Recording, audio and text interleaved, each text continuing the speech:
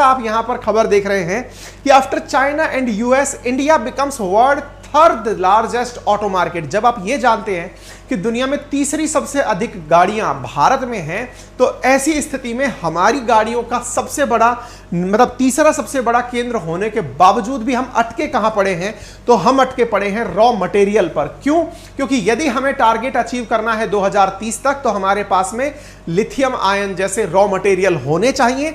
उनकी वजह से ही हम आने वाले समय में अपने व्हीकल को बिजली से चलने वाला बना पाएंगे। इंडिया का टारगेट है कि हमारी 2030 तक 30% कारें इलेक्ट्रिसिटी से चलने वाली हो। और उसी बीच में अगर यह खबर आ जाए कि राजस्थान के अंदर lithium reserve found in Degana area, second one discovered after Jammu and Kashmir. और सबसे इंपॉर्टेंट बात क्या है मेरे प्यारे साथियों, जम्मू कश्मीर से ज्यादा भंडार फिलहाल राजस्थान में मिले हैं, ऐसी सुर्खियां हैं। आप खबर देख सकते हैं, what Rajasthan lithium reserve means for India. Lithium reserve found in India Rajasthan Nagaur higher capacity than Jammu Kashmir. और ये जियोलॉजिकल सर्वे के द्वारा खोजी गई खबर है। आप यहां पर रिपोर्ट के आधार पर खबर देख रहे हैं।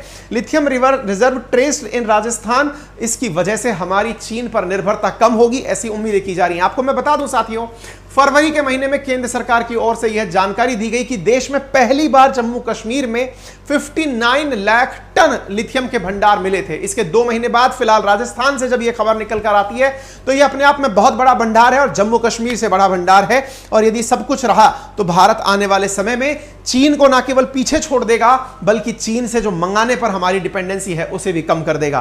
साथियों, मैं आपको बता दूं कि यदि जम्मू कश्मीर और राजस्थान के मिले हुए रिजर्व्स को मिला दिया जाए, तो भारत की जितनी जरूरत है उसका 80% तो ये 2 ही जगह मिलकर के पूरा कर देंगे। दुनिया का सबसे हल्का मेटल है साथियों लिथियम, और लिथियम की खोज सबसे पहले 233 साल पहले जो है वो जोसेफ बोनीफेशियो के द्वारा की गई थी। हालांकि इसका जो नामकरण है वो 1817 में स्वीडन के केमिस्ट जॉन अगस्त ने किया था, इसलिए इसे मतलब याद रखा जाता है जॉन अगस्त के नाम से। लिथियम नाम जो है वो ग्रीक शब्द लिथोस से निकल कर आया है। लिथोस का अर्थ पत्थर होता है। वर्तमान में चाहे पीसी हो, सोलर पावर सिस्टम के लिए स्मार्टफोन, कलेक्शन वॉकिंग, इस सब में लिथियम आयन बैटरी काम में आ रही है। लिथियम आयन बैटरी सामान्यतः चलने वाली लेड बैटरी से किस तरह अलग है, तो आप ऐसे समझ सकते हैं कि लिथियम आयन बैटरी की लाइफ टाइम 10 से 15 साल है, वहीं लेड एसिड बैटरी 3 से 12 साल तक ही सर्वाइव करती है। ये 4000 बार रिचार्ज हो सकती है, ये 1300 बार ही रिचार्ज हो पाती है। वजन कम है, एनवायरमेंट फ्रेंडली है, चार्जिंग टाइम कम लगता है, बैटरी मैनेजमेंट आसान होता है, क्षमता अच्छी है, इस वजह से इसका उपयोग सर्वाधिक किया जाता है। दुनिया में इस समय फ्यूल एनर्जी से ग्रीन रिन्यूएबल एनर्जी की ओर शिफ्ट हो रही है। ऐसे समय पर ये जितनी भी चीजें हैं ये आने वाले समय में हमारे लिए बहुत ज्यादा मायने रखेंगी। भारत के अंदर पश्चिम की तरफ स्थित है राजस्थान राज्य। राजस्थान राज्य के अंदर बिल्कुल मध्य में स्थित है नागौर। नागौर के अंदर स्थित है डेगाना, जहां से यह खबर निकल कर आ रही है। जो विशेष रूप से राजस्थान के विद्यार्थी हैं वो इस खबर को इसलिए भी ध्यान रख लें क्योंकि ये जो जगह है डेगाना, ये पहले भी काफी ज्यादा मायने में रही है, इंपॉर्टेंट रही है। और क्यों रही है? क्योंकि यहां से पहले टंगस्टन निकाला करता था, वही टंगस्टन जो कि काम आया करता है बल्ब के अंदर तार में, और भी बहुत सारे जैसे गन वगैरह जो बारूद वगैरह बनता है उसमें टंगस्टन का उपयोग होता है। लेकिन डेगाना से लंबे समय तक टंगस्टन निकलता रहा। भारत में टंगस्टन का बहुत बड़ा सोर्स बनकर आया डेगाना, लेकिन बाद में चीन ने बहुत सस्ते में जब निर्यात शुरू किया टंगस्टन का, तो ऑटोमेटिकली इंडिया के अंदर राजस्थान का यह डेगाना इंपॉर्टेंस अपनी धीरे धीरे कम करता ले गया, क्योंकि इंपोर्ट सस्ते पड़ने लगे और हमारा खुद का प्रोडक्शन महंगा पड़ने लगा। ऐसी स्थिति में आज यह डेगाना फिर से सुर्खियों में है क्योंकि यहां पर लिथियम के रिजर्व मिले हैं। यह अपने आप में एक बहुत बड़ी खबर बनकर आती है। राजस्थान में जिस जगह पर यह पहाड़ी जिस जगह पर यह डेगाना में मिला है, उन पहाड़ियों को रेवंट की पहाड़ी कहते हैं। विशेष रूप से राजस्थान परीक्षा की तैयारी करने वाले विद्यार्थी इसे अच्छे से याद रखें, ठीक है। तो टंगस्टन की खोज ब्रिटिशर्स के काल से यहां पर चल रही थी, उपयोग में तब से लिया जा रहा था, लेकिन धीरे धीरे हम लोगों के द्वारा इसका उपयोग बंद कर दिया गया। 1990s के दौर में इस जगह से टंगस्टन निकाला जाना बंद हो गया। फिलहाल लेकिन जब से लिथियम यहां पर आया है तब से सुर्खियां ऑटोमेटिक चढ़ने लगी। अब सवाल बनता है कि साहब एक बात बताइए कि ऐसी स्थिति में कब से संभव है माइनिंग होना, यहां पर कब से इसको निकालना शुरू कर देंगे। अब कब से निकालना शुरू कर देंगे इसके लिए आप इस तरह से जान लीजिए।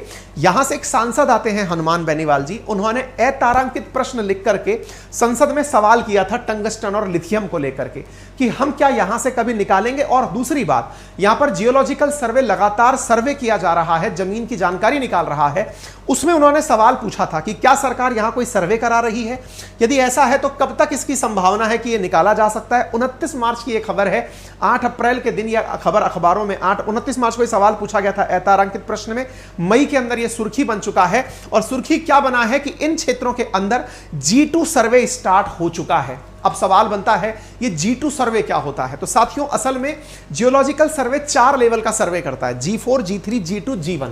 इनमें सबसे बड़ा जो सर्वे माना जाता है वो G1 सर्वे होता है। G4 एक प्रकार से समझिए कि उस जगह की जानकारी लग जाती है कि हाँ भाई यहां पर कुछ है, यानी कि इस जगह पर यहां पर जो हम एलिमेंट ढूंढने आए हैं इस जमीन के अंदर वो है। उसके बाद में ये लेवल ऑफ सर्टेनिटी है, G3 उससे ज्यादा श्योर है, G2 उससे ज्यादा श्योर टेस्ट है। मतलब G2 के अंदर तो बकायदा एलिमेंट की ये तक चेक कर ली जाती है कि इसको निकालना हमारे लिए महंगा रहेगा या सस्ता रहेगा, यानी वो पूरा कैलकुलेशन ऑन पेपर हो लेता है।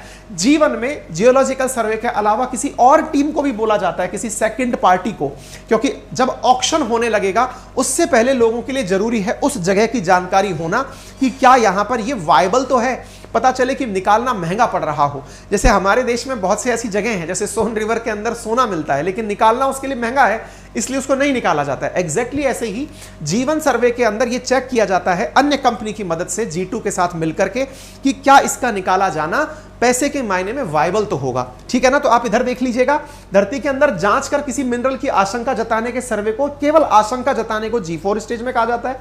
G3 के अंदर सैंपल की केमिकल और फिजिकल टेस्टिंग कर ली जाती है। G2 सर्वे के अंदर जियोलॉजिकल सर्वे उसका प्रॉपर माइनिंग एक्सप्लोरेशन करता है और पता लगाता है कि इसके अंदर क्या संभावनाएं हैं, और G1 में किसी और स्वतंत्र एजेंसी से इसकी जांच कराई जाती है। भारत जो है वो प्रतिवर्ष 53.76% अपना लिथियम चीन से इंपोर्ट करता है। 2020-21 के आंकड़ों को अगर देखा जाए तो 6000 करोड़ का हमने लिथियम मंगाया था, जिनमें 3500 करोड़ का लिथियम हमने केवल चीन से मंगाया था। चीन और हांगकांग भारत के लिए लिथियम आयन बैटरी के बड़े सप्लायर हैं, और दुनिया में लिथियम की डिमांड अगर मतलब बढ़ती है तो फिलहाल जो हमने लिथियम खोजे हैं वो आने वाले समय में भारत की तरफ से पूर्ति करने वाले पर्याप्त होंगे, तभी तो भारत का ये जो महत्वाकांक्षी लक्ष्य है ये पूरा हो पाएगा। आने वाले समय में निरंतर लिथियम की डिमांड बढ़ने वाली है, जिसे आप इस तरह से बढ़ते हुए देख सकते हैं।